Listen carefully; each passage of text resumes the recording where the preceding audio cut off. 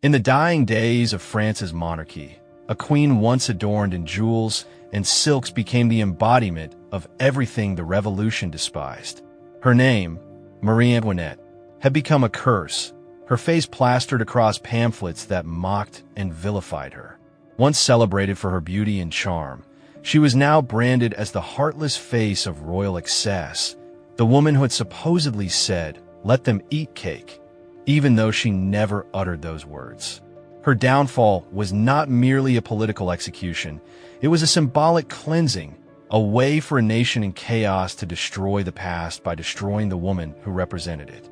But behind the legend of decadence and indifference was a woman of flesh and blood, stripped of everything she loved, enduring unimaginable grief and humiliation with a quiet dignity that no blade could take from her. This is the true story of Marie Antoinette's final days, a journey from the opulence of Versailles to the cold, damp cell of the Conciergerie Prison, and finally, to the guillotine itself. Before the blade fell on her neck, Marie Antoinette's enemies planned one last act of cruelty. They did not simply want to execute her. They wanted to erase her body and spirit. Her fall from a gilded throne to a splintered wooden cart, paraded through the streets of Paris as her former subjects screamed for her blood, was a performance meant to humiliate her one last time. The revolutionaries wanted to strip her of every trace of power, privilege, and identity until she was no longer a queen, no longer even a woman, just another body to be sacrificed to the cause. Yet, in their desire to annihilate her completely, they failed to see that dignity can survive even in the face of total degradation. What they tried to destroy, she carried with her to the very end. Forget the glittering hall of mirrors of Versailles, with its chandeliers and gold-leafed walls. This story begins in the darkness of the Conciergerie Prison, a damp and rat-infested fortress in the heart of Paris. The prison was known as the antechamber to the guillotine, the final waiting room for those marked for death. On the night of August 2nd, 1793, after months of confinement with her family, Marie Antoinette was taken from her cell in the Temple prison.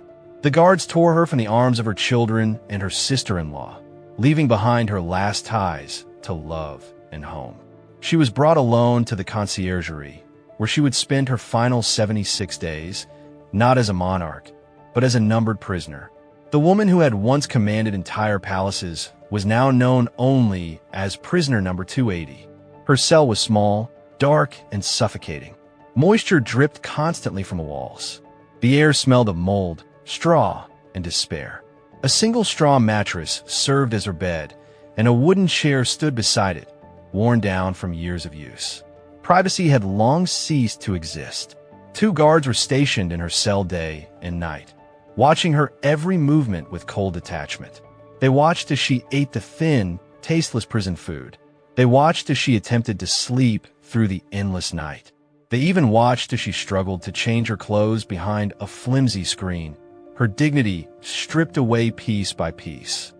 For a woman who had once ruled over Versailles, a world of marble corridors, servants, and silken gowns, this constant surveillance was more than a violation. It was a deliberate form of psychological torture, a cruel reminder that she no longer controlled even the smallest moment of her existence. But the filth and confinement were nothing compared to the emotional torment she endured. Just a month before, in the Temple prison, her heart had been shattered in a way no crown could protect her from. In the middle of the night, a group of revolutionary guards stormed her chamber. They came for her 8-year-old son, Louis Charles, the little boy who was once called the Dauphin of France, the future king. Witnesses described the chaos that followed. The mother's desperate cries, her body thrown in front of the guards to shield her child, the pleas that went unanswered. Her teenage daughter, Marie Therese, clung to her brother, sobbing uncontrollably. But the guards were merciless. They tore the boy from his mother's arms and dragged him away into the darkness. Marie Antoinette screamed until her voice broke, but the cell doors slammed shut. She would never see her son again. In the days that followed, she would clutch a small portrait of him and a lock of his hair, which she kept hidden inside her corset, her final connection to the child she loved more than life itself. It wasn't the loss of her crown that defined Marie Antoinette's final days. It was the crushing grief of a mother robbed of her children. Those who served her last months described her as pale, frail, but strangely calm. Her maid, Rosalie Lamerlier, who cared for her at the Conciergerie, later said that the only moments when the queen truly broke down and wept were when she spoke of her children. Everything else, the hunger, the dirt, the humiliation, she endured in silence. But the thought of her son, alone somewhere in the city, abused and brainwashed by the very men who had destroyed her family, was the one wound that never healed. By mid-October, the final act began. The revolution that had devoured so many now turned its full fury on the woman who once sat beside the most powerful throne in Europe. Her trial was little more than theater, a cruel parody of justice. The outcome was decided long before she ever set foot in the courtroom. Accusations of treason, corruption, and even perverse crimes against her own son were thrown at her, all designed to destroy her reputation as thoroughly as her body. She stood there, frail and exhausted, her white hair cropped short, her once elegant figure draped in plain black. But when she spoke, even her enemies were struck by her composure. To the most vicious charge of all, that she had committed incest with her son, she responded quietly. Nature itself refuses to answer such a charge brought against a mother. The women in the courtroom, even those who hated her, reportedly wept. The verdict was inevitable. Marie Antoinette was sentenced to death. On the morning of October 16, 1793, she was led from her cell, her hands bound behind her back. Dressed in a simple white gown, she climbed into an open wooden cart, the same kind used to carry the city's refuse. As the cart made its way through the jeering crowds, she kept her eyes forward. Witnesses said she appeared calm, her expression distant, her back straight. It was as though she had already left this world behind. When she reached the Place de la Révolution, where the guillotine stood, she accidentally stepped on the executioner's foot. Her last words, spoken softly but clearly, were, "Pardon me, sir, I did not do it on purpose." Moments later, the blade fell. In the end, the revolution succeeded in killing the queen, but not the dignity she carried to her final breath. They had stripped her of her jewels, her crown, her family, and her throne, but what they could not take was her humanity. In those final hours, amid the noise and hatred, Marie Antoinette achieved what her life had long denied her: the grace of being seen not as a queen, but as a woman, flawed, suffering, and profoundly human. On the morning of October 14th, 1793, the once glorious Queen of France, Marie Antoinette, was led from her prison cell in the Conciergerie to face the Revolutionary Tribunal. What awaited her was not a trial in the true sense of the word, but a political spectacle, a carefully staged performance meant to seal her fate and satisfy a nation hungry for vengeance. The courtroom, crowded with citizens, officials, and revolutionaries, buzzed with anticipation. Years of resentment and propaganda had transformed the foreign-born queen into a symbol of everything that the revolution despised: extravagance, tyranny, and indifference to the suffering of the common people. Yet the woman who entered that courtroom was no longer the glittering figure who had once graced Versailles. She was pale, thin, and weary, her hair turned almost entirely white from months of imprisonment and grief. Unlike her husband, King Louis XVI, who had been granted several weeks to prepare his defense, Marie Antoinette was given less than 24 hours. Her fate was already decided long before she set foot in the chamber. The list of charges against her read more like an indictment written by a mob than a legal document. She was accused of orchestrating conspiracies with Austria, of plotting to massacre the citizens of France, of conspiring with royalist armies, and even of indulging in depraved excesses within the gilded halls of Versailles. The accusations blurred the line between political paranoia and tabloid fantasy, an unholy fusion of slander and vengeance, fueled by years of revolutionary propaganda that had painted her as a monster in human form. The trial was led by the zealous prosecutor Antoine Quentin Fouquier-Tinville, whose reputation for cruelty had made him one of the most feared figures of the Revolution. He delivered each accusation with venomous precision, his voice echoing across the courtroom like a blade striking stone. The charges were not only improbable but grotesque, yet they were calculated to strip away any remaining trace of sympathy for the former queen. Then came the final accusation, one so vile that even some of her enemies shifted uneasily in their seats. Fouquier-Tinville accused her of committing incest with her own son, the young Louis Charles, the Dauphin of France. The courtroom fell into stunned silence. It was not merely a political attack, but a deliberate attempt to annihilate her character completely, to turn her from fallen monarch into an unspeakable villain. The boy had been taken from her months earlier, isolated and subjected to relentless psychological manipulation. Under pressure, fear, and the influence of revolutionary guards, the child had been coerced into signing a statement declaring that his mother had violated him. It was a lie born of cruelty, a weapon aimed not just at Marie Antoinette's reputation, but at her very soul. For a moment, she said nothing. Her silence filled the chamber. Those who had come expecting tears or anger instead saw a woman momentarily frozen in disbelief. She stood tall despite her frail frame, her face ashen but composed. Then, slowly, she turned, not to the judges or the jury, but to the crowd gathered behind her. Her eyes found the women of Paris, the same women who had once marched on Versailles, screaming for her blood, dragging her family from the palace, and forcing them into captivity. To them, she spoke softly yet clearly, her voice resonating through the chamber. "I appeal to all mothers present in this room." The words cut through the hostility like a knife. In that instant, the mask of the Austrian traitor and Madame Deficit slipped away. She was no longer the Queen of France. She was simply a mother defending her dignity and her child against an unspeakable lie. The atmosphere shifted. The murmuring of the crowd changed tone. Many of the women in attendance, wives, daughters, mothers, fell silent. Some were visibly moved, perhaps reminded that beneath the crown, beneath the layers of myth and hatred, she was still human. It was a fleeting moment of grace in a sea of hatred, a reminder of the woman she had once been, poised, articulate, and capable of stirring hearts even in her ruin. But the revolution had no patience for sympathy. The machinery of justice had already decided her fate.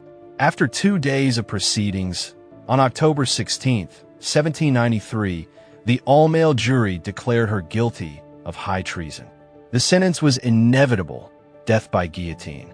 When the judge asked if she had anything to say in her defense, she shook her head quietly. "Nothing," she whispered. "Everything is over for me." Back in her cell, she refused the final meal offered to her. "I need nothing now, my child," she told her faithful maid, Rosalie Lamerlier. "Everything is over for me." That night, she sat at a small wooden table in her dimly lit cell and wrote her final letter. It was addressed to her sister-in-law, Madame Elizabeth, the king's devout and compassionate sister who remained imprisoned elsewhere. In the letter, Marie Antoinette expressed her forgiveness to those who had wronged her, her sorrow for her children, and her unshaken faith in God. Most painfully, she begged Madame Elizabeth to forgive her son, Louis Charles, for the testimony he had been forced to give. She wrote that the child was innocent and that his words had been shaped by the cruelty of those who held him captive. Her final letter was a masterpiece of grace and sorrow, but it would never reach its intended recipient. It was confiscated by her jailers and hidden away, only to resurface years later as a haunting reminder of her final hours. As dawn broke over Paris, the guards came for her. What followed was a series of deliberate humiliations meant to strip her of her last remnants of dignity. She was ordered to remove the black mourning dress she had worn since her husband's execution, a symbol of her widowhood, her grief, and her identity as the last queen of France. In its place, they forced her into a coarse white chemise, the simple garment of a condemned prisoner. The transition was both symbolic and cruel, the transformation of a queen into a common criminal. When she asked one of the guards to turn his back to allow her a moment of modesty as she changed clothes, he refused. Her dignity meant nothing to them. Then came the executioner, Charles-Henri Sanson, who had already executed her husband months before.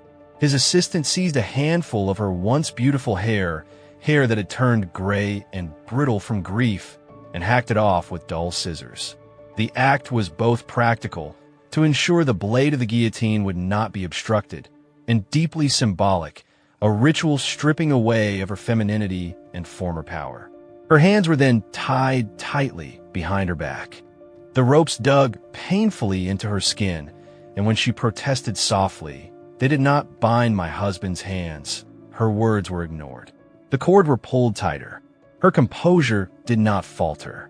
Even in her degradation, she carried herself with a quiet strength that unsettled her captors. Before she was let out, she was forced to ask for permission to relieve herself in a corner, a final humiliation that underscored how completely she had been reduced from queen to prisoner. When she was finally escorted out into the daylight, the city of Paris was waiting. The streets were lined with people, thousands of faces watching as the queen, once the most glamorous woman in Europe, was placed in an open cart. Her journey to the guillotine was slow and cruel, designed to expose her to the jeers of the crowd. Yet those who witnessed her that morning noted her calm and poise. Her back was straight, her gaze steady. She did not cry, did not plead, did not lower her head. The same woman who had once ruled Versailles now faced her death with quiet defiance.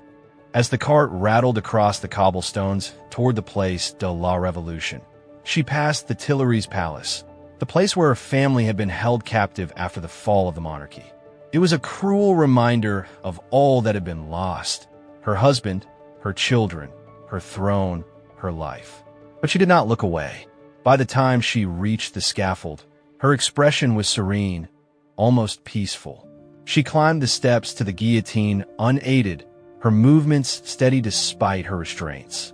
In her final moments, as the executioner adjusted her position, she accidentally stepped on his foot and, true to the grace that had defined her life, she whispered an apology.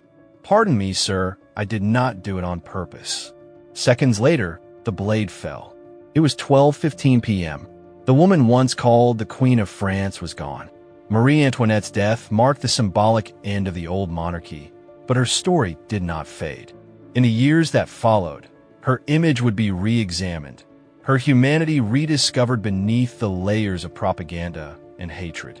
History would come to see her not only as a queen undone by excess, but as a woman destroyed by a world that demanded a scapegoat. And in that final moment, when she faced death with calm dignity, she reclaimed something that no revolution could take from her: her courage, her grace, and her place in history. At around 11 o'clock in the morning, the heavy iron gates of the Conciergerie swung open with a long, echoing creak. The sound lingered in the cold October air, mingling with the low hum of thousands of voices gathering outside.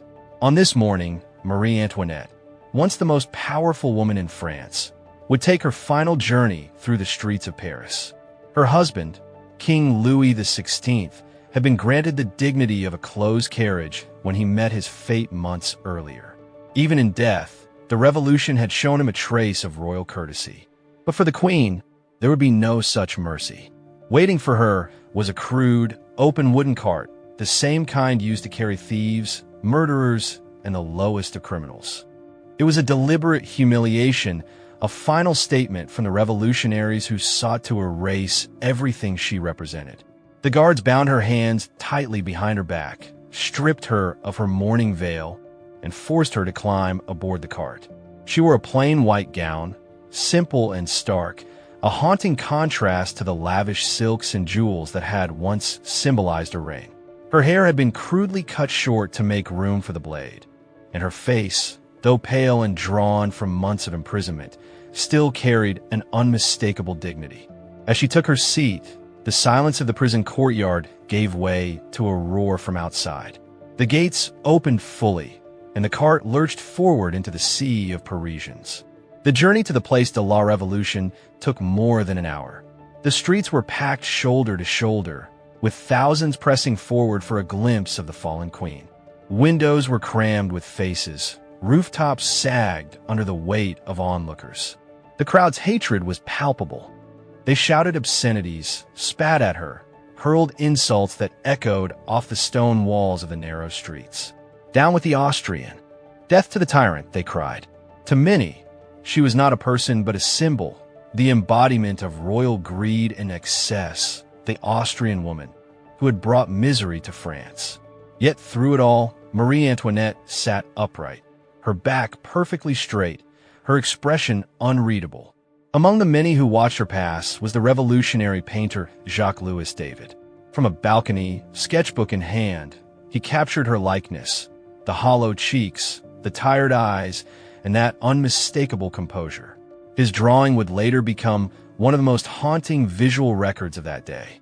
At one point, the cart hit a deep rut in the cobblestones, jolting violently.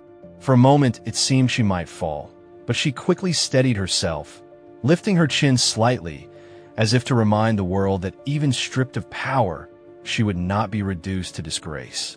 When the cart finally emerged into the vast open square of the Place de la Révolution, what we now know as the Place de la Concorde, the crowd surged forward with a deafening roar. In the center stood the guillotine, its tall, dark frame cutting a sharp silhouette against the gray October sky. The wooden platform was still stained with the blood of those who had met their end before her. Soldiers kept the crowd at bay as the cart came to a halt. The noise swelled, chants and jeers colliding into an indistinguishable roar. This was the spectacle they had waited for, the death of a queen. As the guards ordered her down, Marie Antoinette moved slowly, deliberately.